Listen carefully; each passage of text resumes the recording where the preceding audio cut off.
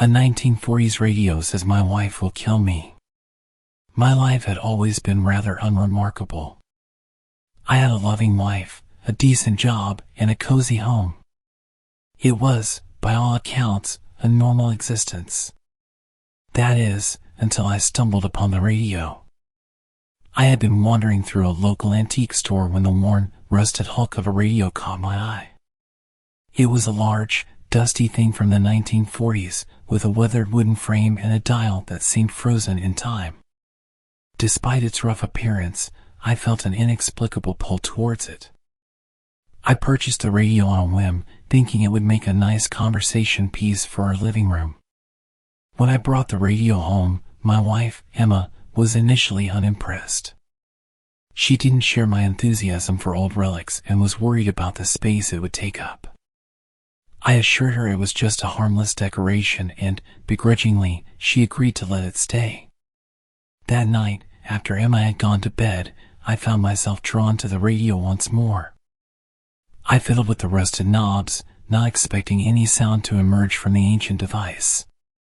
To my surprise, the radio crackled to life, and a low, eerie static filled the room. As I continued to twist the dial, the static began to give way to a voice. It was a man's voice, deep, slow, and unnervingly calm. The voice seemed to be reading from a script, like a radio drama from a bygone era. But the words it spoke chilled me to the bone. Your wife, Emma, plans to kill you. She has been plotting for months, waiting for the perfect opportunity to strike. You must act before she does, end her life, or she will end yours. My blood ran cold. The idea of Emma wanting to kill me was preposterous.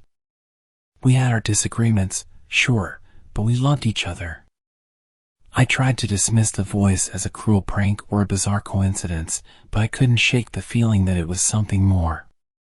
Over the next few days, I began to notice subtle changes in Emma's behavior. She seemed distant, her smile strained, her eyes cold and calculating.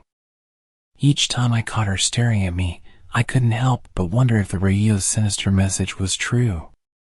My paranoia grew, and I found myself returning to the radio each night, listening to the same chilling warning. The voice was relentless, insisting that I had to act if I wanted to survive. It whispered dark suggestions into my ear, urging me to kill Emma before she could make her move. I wrestled with the idea, my mind torn between my love for my wife and the terror instilled by the radio's prophecy.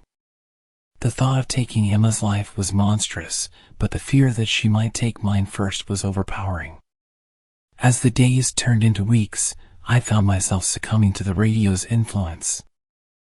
I began to plan, to consider the most efficient and discreet way to carry out the unthinkable act. Each time I looked at Emma, I no longer saw the woman I loved, I saw the threat she had become. My life had become a living nightmare, haunted by the constant hum of the radio and the ever-present fear of my own impending death. And as the fateful night approached, when I would finally decide whether to heed the radio's warning, I couldn't help but wonder, was I about to become a murderer, or was I merely a pawn in some twisted game? The dark place is crawling in my brain. Thanks for watching. Don't forget to like, subscribe, and share, and we will see you in the next video.